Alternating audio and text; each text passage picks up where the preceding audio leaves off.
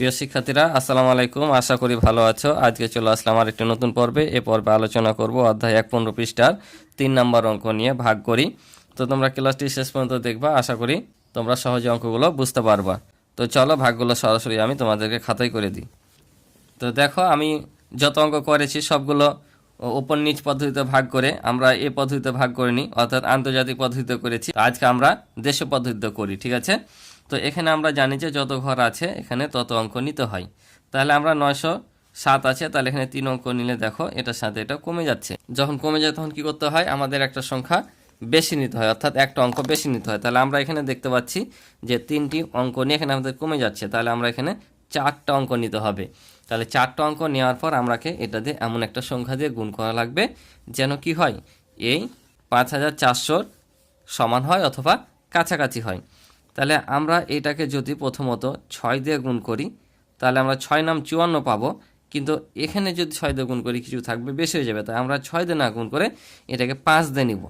তোমরা একটার পর একটা কিন্তু গুণ করে দেখতে পারো হবে। যদি আমরা এটাকে ৬ দিয়ে গুণ করতাম তাহলে কত হতো দেখো, ৬ ৭ ৪২ 2 হাত থাকে ৪। এই শূন্যের সাথে ৬ গুণ করলে শূন্য হবে, আর ৪টা যোগ হয়ে বসে যাবে। আর এখানে ৬ নাম ৫৪। তাহলে দেখো আমাদের এখানে এই সংখ্যাগুলো বেশি যাচ্ছে। তার মানে আমাদের কত দিয়ে নিতে হবে? ৫ দিয়ে করতে হবে। তাহলে আমরা যদি ৫ দিয়ে গুণ করি তাহলে কত হবে? ৫ ৭ ৩৫, ৫ হাতে থাকে হচ্ছে ৩। এই ৩ এখানে বসে যাবে যেহেতু শূন্য আছে, আর ৫ নাম ৪৫। তাহলে আমরা ৫ দিয়ে এটা নিতে পারছি। তাহলে কত বসাবো এখানে? ৪৫ ৩৫, আর ৫ দিয়ে গুণ করেছি তাই ৫ বসালাম। এখন আমরা কি করব? এটা বিয়োগ করব। তাহলে বিয়োগ করলে দেখো এখান থেকে ১ 10 নিলে ১০ থেকে ৫ বাদ দিলে ৫, এখানে ১ দিলে ৪, আবার ১ 10 ধার নিলাম, তাহলে ১০ থেকে ৪ বাদ দিলে হয় ৬। এখানে পরিশোধ করলে ৬, এখানে ১ নিলাম ১৪, ১৪ থেকে ৬ বাদ দিলে হয় তোমার ৮। তাহলে ৮ বসালাম। আমরা ভাগের নিয়মে যাই, প্রত্যেকবার একটা করে এখানে অঙ্ক নামে, ঠিক আছে?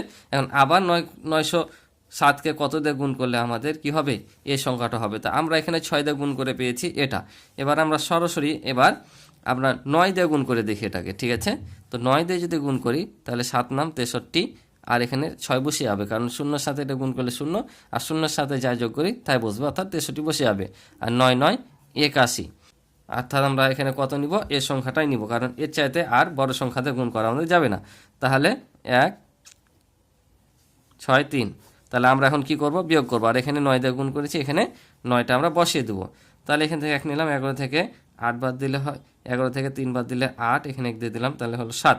১ 10 ধার নিলাম, ১৫ থেকে ৭ বাদ দিলে ৮, এখানে ১ দিয়ে দিলাম, ২ হলো, ৬ থেকে ২ বাদ দিলে ৪। এই তো আমাদের ভাগফল হচ্ছে ৫৯, আর ভাগশেষ পেলাম কত? ৮০০ ৪৮৮। তাহলে আমরা এখানে লিখলাম যে ভাগফল ৫৯ ও ভাগশেষ হচ্ছে ৪৮৮। এটা হচ্ছে উত্তর। তো চলো আমরা পরেরটা দেখি। তাহলে দেখো এখানেও আমাদের ৩টা অঙ্ক আছে। আমরা যদি এখানে ৩টা অঙ্ক নিই তাহলে আমাদের এখানে এটা চাইতে ছোট হয়ে যাচ্ছে। আমরা কিন্তু ছোট নিতে পারবো না। তাহলে আমরা কি করব? আর এক ঘর বেশি নিব, অর্থাৎ এই পর্যন্ত নিব। তাহলে এখন এই সংখ্যাকে কত দিয়ে গুণ করলে আমাদের ২০৩৮ আসবে? তাহলে আমরা এটাকে যদি গুণ করি, ৪ ৫ ২০, আর এদিকে থাকবে ৫ ৬ ৩০, এটা আমাদের যাবে ৫ দিয়ে যদি আমরা নিই তাহলে দেখো ৫ ৬ ৩০, ৩০ শূন্য, হাত থেকে ৩, ৫-এর সাথে যদি শূন্য গুণ করি তাহলে কি হয়ে যাবে? শূন্য, আর শূন্যর সাথে ৩ যোগ করলে ৩ই হবে। আবার ৪ ৫ ২০। তাহলে আমরা এখন বিয়োগ করব। বিয়োগ করলে নামবে ৮, ৩ থেকে ৩ বাদলে ০ ০, আবার ২ থেকে ২ বাদ দিলে ০, আমাদের কিছু নামবে না। তাহলে আমাদের নিয়ম অনুযায়ী এই পাশ থেকে একটা ঘর নামবে, অর্থাৎ একটা অঙ্ক নামবে। তো আমরা জানি যে এখানে যতবার একটা করে সংখ্যা নামবে ততবার এটাকে একটা দিয়ে ভাগ যাবে, ঠিক আছে? ততবার ভাগ যাবে। কিন্তু আমরা এখানে নামিয়ে দেখছি ভাগ যাচ্ছে না। তাহলে আমরা কি করি? আর একটা নর্মালি এখানে একটা সংখ্যা নামাই, এখানে একটা কি নিই? শূন্য নিই। কিন্তু এখানে তো কোনো আর সংখ্যা নাই যে আমরা এখানে একটা সংখ্যা নামাবো আর এখানে শূন্য নিব। তাহলে আমাদের কি করতে হবে? কিন্তু এখানে তো আমাদের শূন্য নেওয়াই লাগবে, কারণ আমরা এখানে যখন ভাগ করি প্রথমে যত অঙ্ক নিই তার জন্য এখানে একটা অঙ্ক ভাগফল আসে, আর বাকি সংখ্যাগুলোর জন্য একটা করে এখানে ভাগফল আসে। বুঝতে পারছো? তো আমরা এখানে দেখতে পাচ্ছি যে একটাই সংখ্যা পাচ্ছি, এটার জন্য পাচ্ছি না, কিন্তু আমরা নামিয়ে ছোট হয়েছে, তখন কি করতে হবে? এখানে একটা শূন্য নিতে হয়। আর এই যে বললাম যে এখানে আরেকটা সংখ্যা থাকলে নামিয়ে আমরা একটা শূন্য নিতাম, কিন্তু যেহেতু নাই সেহেতু এমনি একটা শূন্য নিব, আর এখানে শূন্য দিয়ে এটাকে গুণ করে দেখাবো। বুঝতে পারছো? তাহলে আমাদের কি নামবে? ৮৭ নেমে গেল। এখন তার কোনো শূন্য নাই, তাহলে আমাদের এবার ভাগফলে হলো। যখনই দেখবা যে এখানে একটা অঙ্ক নামছে কিন্তু নামার পর আর ভাগ যাচ্ছে না, তখন আরেকটা ঘর থাকলে নামাবাদ একটা শূন্য নিবা। আর যদি না থাকে এখানে কোনো সংখ্যা আর, তাহলে এটাকে শূন্য দিয়ে গুণ করে এখানে শূন্য নিয়ে বিয়োগ করে বসাবে। এটা হয়ে যাবে তোমার কি ভাগশেষ, আর এটা হবে ভাগফল। তাহলে আমরা পাইলাম যে ভাগফল 50 ও ভাগশেষ হচ্ছে 87। আশা করি তোমরা বুঝতে পারছো। তো চলো পরেরটা দেখি। এবার দেখো 3 নাম্বারটা। তাহলে আবারও আমরা এখানে কি করব, 3টা অঙ্ক আছে, এখানে 3টা অঙ্ক নেব। তো আমরা এবার দেখতে পাচ্ছি যে 3টা অঙ্ক নিয়ে এটা চাইতে বড় হচ্ছে, তার মানে আমাদের এখানে 3টাই নেওয়া যাবে। তাহলে 3টায় যদি নিই তাহলে 600কে কি এমন সংখ্যা দ্বারা গুণ করলে 733 বা কাছাকাছি হবে। তা আমরা নর্মালি দেখতে পাচ্ছি 600 আর 733 খুব একটা ব্যবধান নাই, অর্থাৎ আমরা 2 দিয়ে গুণ করলেও বেশি যাবে। তাহলে আমরা এখানে 1 দিয়ে নিব, তাহলে এখানে আমাদের 600 নামবে।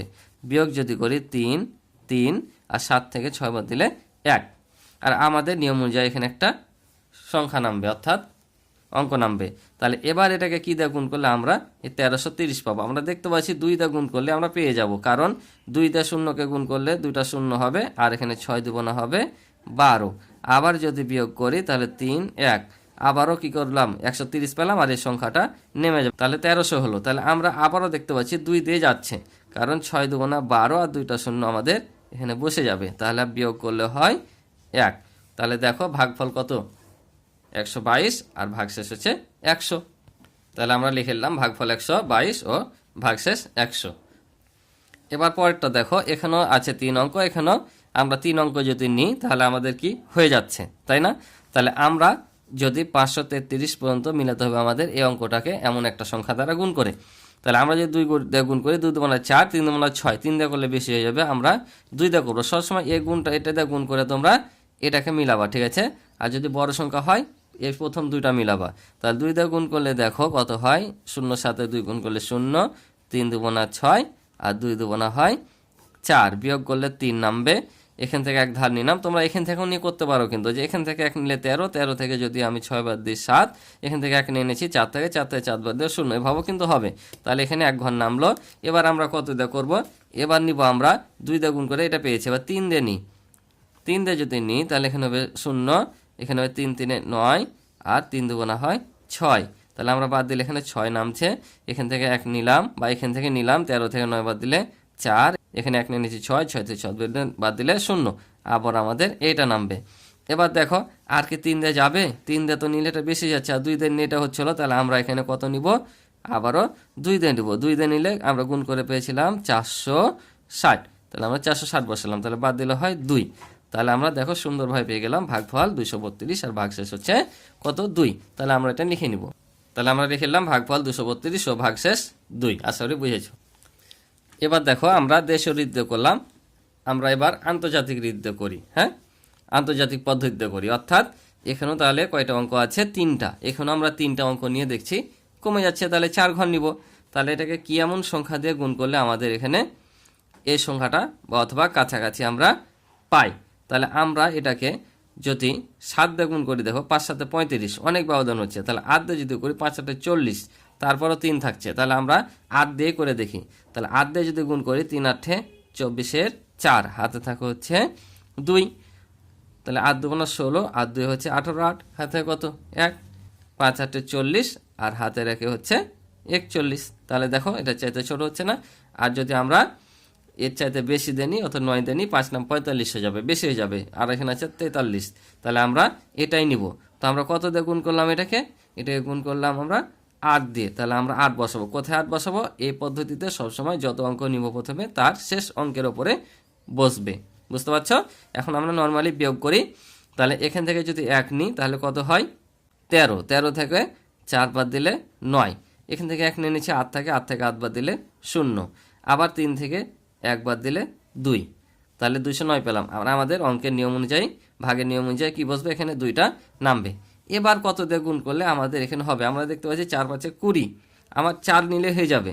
তাহলে দেখো 3 4 12, 2 হাত থাকে 1, 4 2 8, হাতে রেখে 9, আর 4 5 20। দেখো সুন্দর আমাদের মিলে গেল। তাহলে এখানে ভাগফল হবে 84 ও ভাগশেষ কত, শূন্য। না লিখলে হতো, তো লিখে নিলাম ভাগশেষ শূন্য। আশা করি বুঝেছো। পরেরটা দেখি। তো লাস্ট অঙ্ক দেখো, এটা আন্তর্জাতিক পদ্ধতিতে করি।